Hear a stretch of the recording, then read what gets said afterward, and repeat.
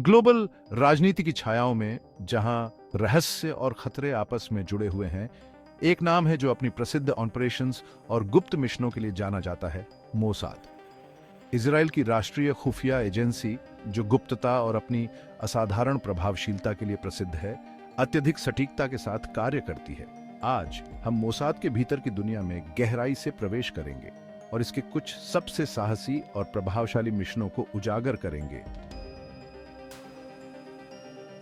Mossad की स्थापना 1949 में हुई, इजराइल की स्थापना के तुरंत बाद। एक दुनिया जो संघर्ष और जटिलताओं से भरी हुई थी, इजराइल को खुफिया और सुरक्षा में एक तीखा किनारा चाहिए था। इसलिए मोसाद का जन्म हुआ, जिसका स्पष्ट मिशन था नए राष्ट्र की सुरक्षा करना, खुफिया एकत्र करना, गुप्त ऑपरेशंस करना और खतरों को समाप्त करना।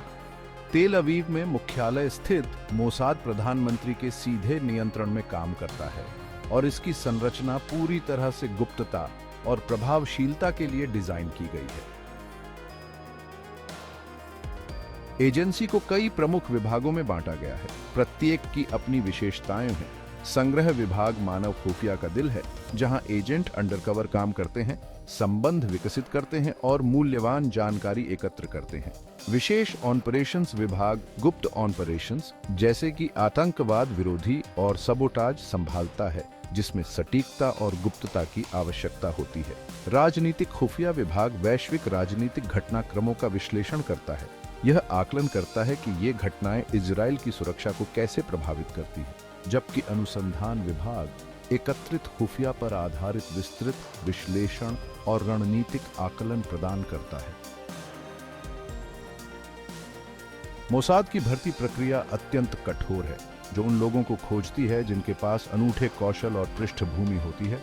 उम्मीदवारों को गुप्त संचार, मनोवैज्ञानिक रणनीतियों और खुफिया तकनीकों में गहन प्रशिक्षण प्राप्त होता है। यह प्रशिक्षण सुनिश्चित करता है कि एजेंट उच्च जोखिम वाले मिशनों के लिए तैयार हैं, जहां हर विवरण महत्वपूर्ण होता है। मोसाद के सबसे साहसी ऑपरेशंस में से कुछ प्रसिद्ध मिशन हैं। ऑपरेशन एंटेबी 1976 में शुरू हुआ, जब आतंकवादियों ने युगांडा में एयर फ्रांस के विमान का अपहरण कर लिया। जब बंधक एंटेबी एयरपोर्ट पर थे, स्थिति गंभीर लग रही थी। मोसाद की खुफिया जानकारी ने एक साहसी बचाव मिशन की दिशा दिखाई, जहां इजरायली कमांडो ने एयरपोर्ट पर धावा बोला। उन्होंने सभी बंधकों को मुक्त किया और आतंकवादियों को समाप्त कर दिया।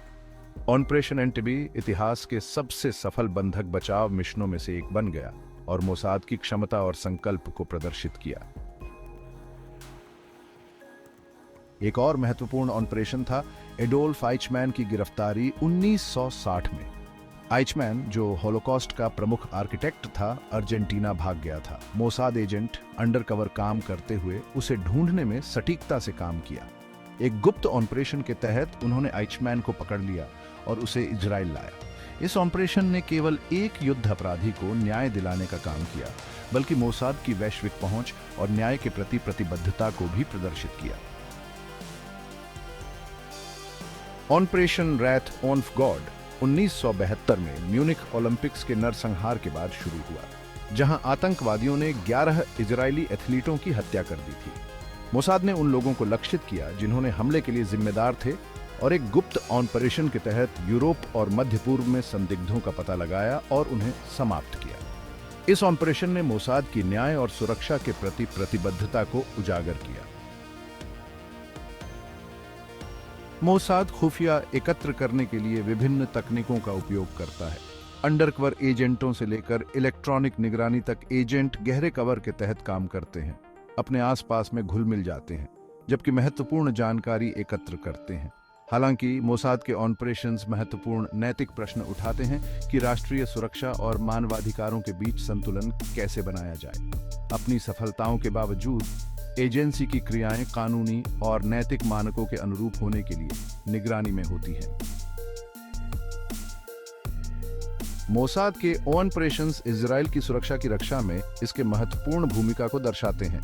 साहसी मिशनों, जटिल खुफिया संग्रहण और रणनीतिक ऑपरेशंस के माध्यम से एजेंसी ने इजराइल से बाहर एक प्रतिष्ठा बनाई है।